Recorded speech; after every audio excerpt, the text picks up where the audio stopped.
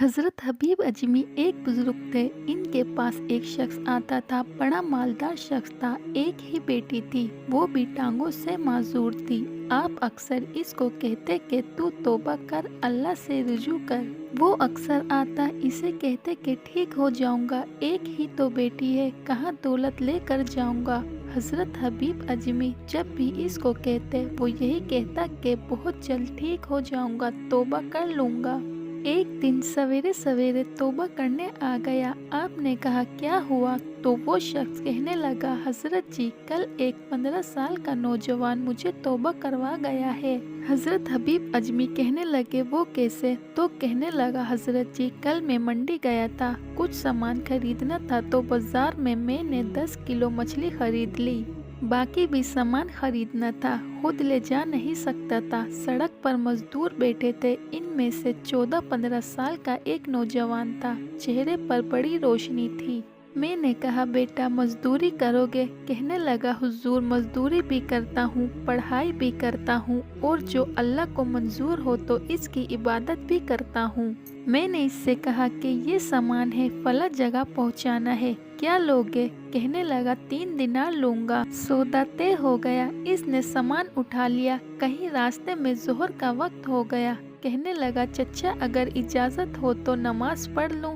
सामान पीठ पर रखकर वो नमाज पढ़ने चला गया। अब बाकी लोग देर से आए, वो बच्चा जल्दी आ गया। मैंने कहा बेटे आप जल्दी आ गए। कहने लगा, निफिल छोड़ दी, कहीं आप ये ना समझे मैं कामचोर हूँ, मैं बाद में पढ़ लूंगा। दोपहर का वक्त था, रमजान भी नहीं थे।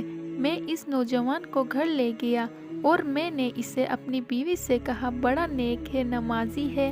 और रास्ते में ये भी हुआ कि मैंने इसे कहा कि सामान थोड़ी देर के लिए मुझे दे दो, बड़ी गर्मी है, पसीना आ रहा है, मैं उठा लेता हूँ। कहने लगा, नहीं चचा, हलाल रिस्क कमाता हूँ, अगर सामान आप उठाएंगे तो मैं 3 दिनार पूरे नहीं लूंगा, फिर पैसे कम करूंगा। मैंने तय किया है तो उठाऊंगा। मैंने अपनी बीवी को बताया तो वो बड़ी मुतासिर हुई। कहने लगी, खाना पक गया है, इसे कहो रोटी खा ले।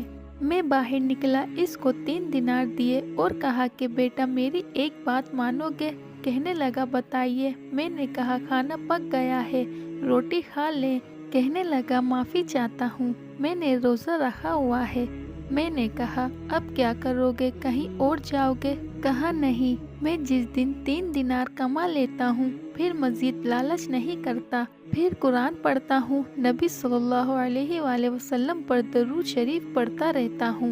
मैं इसे मस्जिद छोड़ आया, इफ्तारी के बाद इसे लाया, खाना खिलाया, ईशा पढ़ी। इसका घर दूर था। मैंने बैठक का दरवाज़ा खोल दिया, वो वहीं सो गया। मेरी एक 20 साल की माजूर बच्ची कभी चल फिर नहीं सकती थी। कोई तबीब, कोई हकीम मैंने नहीं छोड़ा था। एक ही बेटी थी, वो भी माजूर। हम मियाँ बीवी इसके कमरे में गए।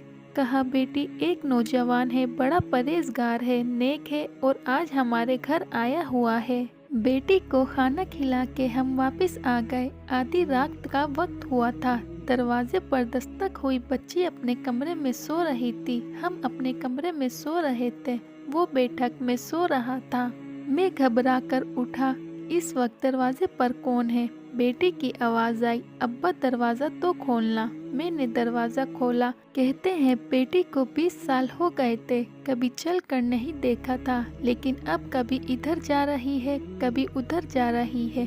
कहती है, अल्हम्दुलिल्लाह मैं ठीक हो गई हूँ, अल्लाह ने मेरी टांगे ठीक कर दी। हम दोनों रोने लगे, या अल्लाह तू कितना करीम है। बेटी ये सारा कुछ कैसे हुआ? कहने लगी, आपने कहा था ना कि नेक नौजवान आया है। मेरे दिल में ख्याल आया कि अल्लाह अगर वो वाकई ही नेक है, इसके सदके मुझे शिफा दे दे।